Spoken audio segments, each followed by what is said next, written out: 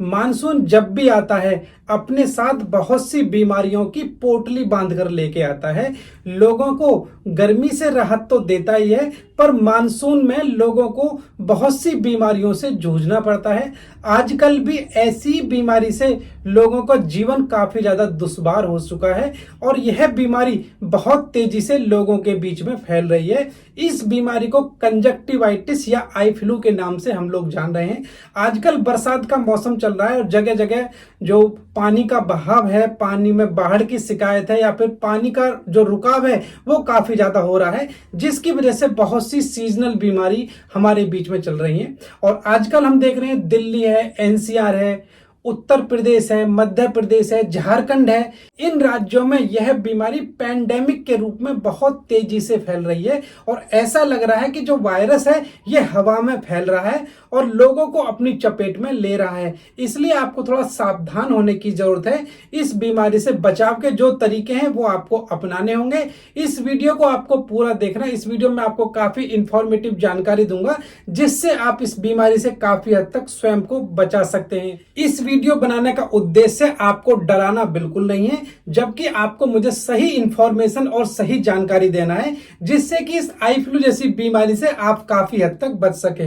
Basically eye flu जो बीमारी है बहुत तेजी से कई राज्यों में फैल रही है और दिल्ली एम्स में भी इसके बारे पर रिसर्च चल रही है और जैसे इसका जेनेटिक एनालिसिस होगा तब हमें पता चलेगी कि यह जो वायरस है या फिर वो बैक्टीरिया जो भी है वो कितनी तेजी से फैला और कितना ज्यादा नुकसान हमारे ऊपर ये कर सकता है।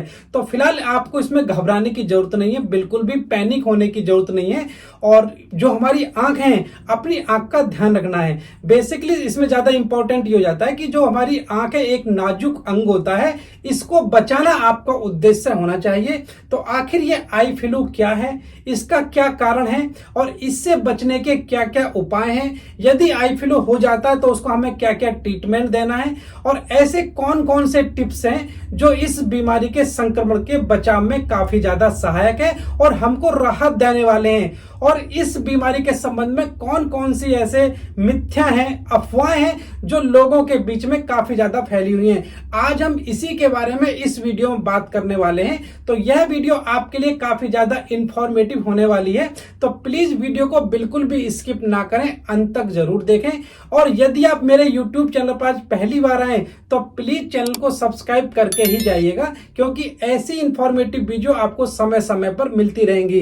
तो चलिए बिना देरी के शुरुआत करते हैं। आपको बिल्कुल भी चिंता करने की जरूरत नहीं है, क्योंकि यह जो आई फ्लू है अक्सर हम देख रहे हैं पिछले कई सालों से हर साल में रूप बदलकर किसी ना किसी तरह से ये आई फ्लू आता रहता है। लेकिन इस बार का जो आई फ्लू है ज्यादा खतरनाक नहीं है, इससे किसी भी तरह की परेशानी नहीं हो रही है। ज्यादातर आंख में हल्की फुल्की दिक्कत होती है जो कि नॉर्मली 5 से 7 दिन में अपनी आप भी सही हो जाती है। लेकिन यह बीमारी बच्चों में बहुत तेजी से फैल रही है।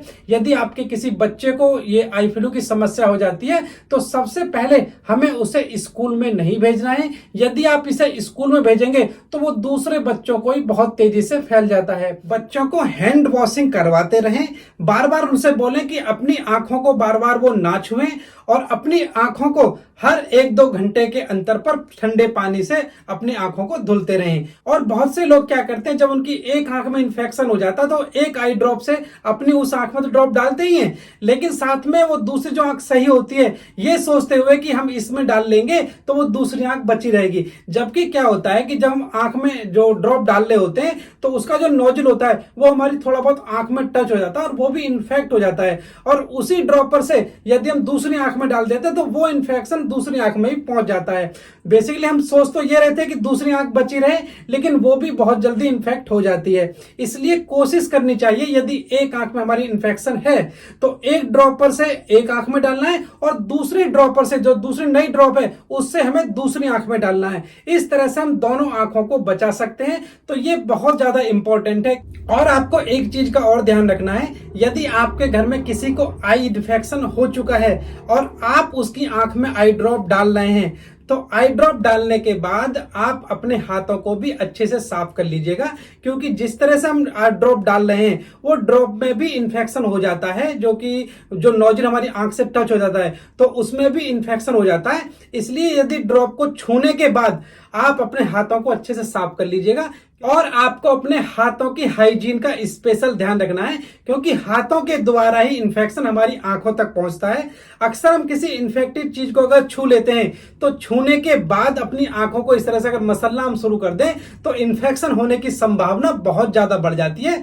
इसलिए किसी इन्फेक्टिव चीज को हमें छूना नहीं है। यदि हम छू भी लेते हैं तो हमें ध्यान रखना है कि अपने हाथों को सैनिटाइज करना है या फिर अपनी आंखों को छूने से बचना है। साथ में जो रोगी हैं उनका जो टॉवल है या फिर जो रुमाल इत्यादि या कोई भी सामान है, उनका यूज किया जो सामान है आपको उनको इस्तेमाल नहीं करना चाहिए। तो ये आपके लिए काफी ज्यादा प्रोटेक्टिव हो सकता है, इससे आप काफी हद तक बच सकते हैं। और ये आई फ्लू की जो समस्या है हम देख लें पिछले कई सालों से अक्सर 1-2 साल में यह समस्या होने लगती है, लेकिन इसमें आपको ज्यादा घबराने की जरूरत इस वजह से नहीं है।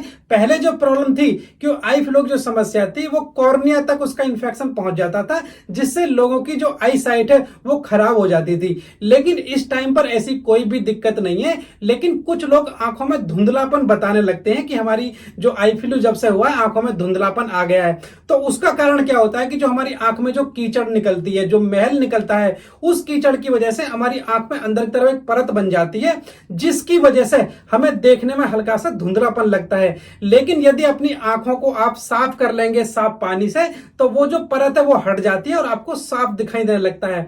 तो अपनी आंखों का भी स्पेशली ध्यान रखें। अपनी आंखों को हर 2-3 घंटे के अंतर पर साफ और ठंडे पानी से जरूर धोते रहिएगा। और इसके संबंध में एक मिथ्या भी आजकल लोगों के बीच में बहुत ज्यादा पॉपुलर हो रही है कि यदि हम दूसरों की आंख को देख लेते हैं जिसको इन्फेक्शन हो चुका है तो हमको वो बहुत जल्दी फैल जाएगा।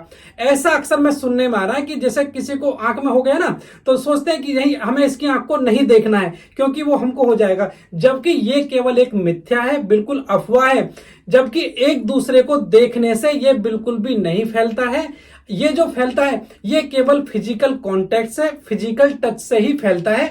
यदि आप उसकी कुछ इन्फेक्टिव चीज को छू लेते हैं या फिर कहीं जिस चीज को उसने छुआ आपने भी उसको छुआ और छूने के बाद अपनी आंखों को मसल लिया, तो इस तरह से वो फिजिकल टच के द्वारा ही आपको इन्फेक्शन कर सकता है।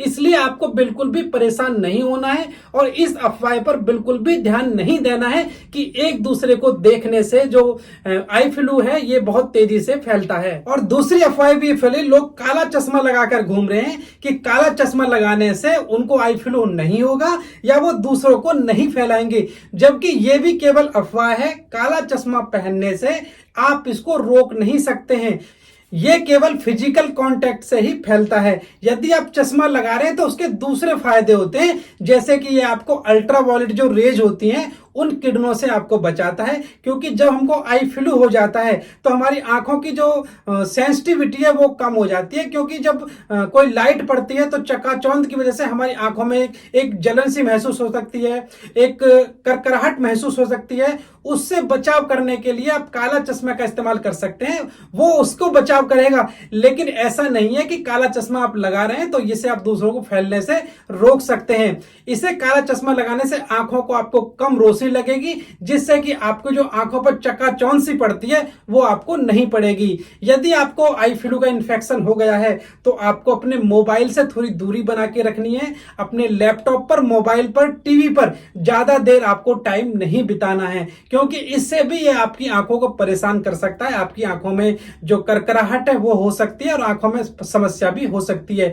इसलिए ज्यादा देर तक लैपटॉप, कंप्यूटर, मोबाइल इत्यादि पर अपना टाइम ना लगाएं और हर 2-3 घंटे के अंतर पर अपनी जो आंखें उनको ठंडे पानी से जरूर धोइएगा। और बहुत से लोग इसमें गर्म पानी की सिकाई कर देते हैं या फिर गर्म चीजों से सिकाई करते हैं, जबकि आपको ऐसे बिल्कुल भी नहीं करना है। आपको जो सेक करना है वो आपको बर्फ से करना है। आपको बर्फ का एक टुकड़ा है ना, उससे आप सेक कर सकते हैं और बर्फ के टुकड़े से लगभग 2 से 3 बार अपनी आंखों को सेक करेंगे तो इससे इन्फेक्शन जो आपकी आंखों में फैल चुका है उससे आपको काफी ज्यादा राहत मिलेगी। तो इससे आपको गर्म चीज से नहीं, आपको ठंडे बर्फ से आपको अपनी आंखों का सेक कर सकते हैं। और डॉक्टर की बताई गई जो एंटीबायोटिक दवा है या एंटी इन्फ्लेमेटरी दवा है या कोई एंटी एलर्जिक दवा है, उसी ड्रॉप को या दवा को आपको डॉक्टर की सलाह से ही इस्तेमाल करना है। इस तरह से डॉक्टर की बताई गई जो दवाई है उसी का आपको इस्तेमाल करना है। सेल्फ मेडिकेशन से बचना है। बिना डॉक्टरी सलाह के कोई भी दवाई ना अपनी आंखों में डालनी है ना खानी है। क्योंकि आंख जो होती है वो बेहद नाजुक हिस्सा होती है, बेहद नाजुक अंग होता है जो कि हमें काफी नुकसान भी करा सकता है। इसलिए सेल्फ मेडिकेशन से बचें।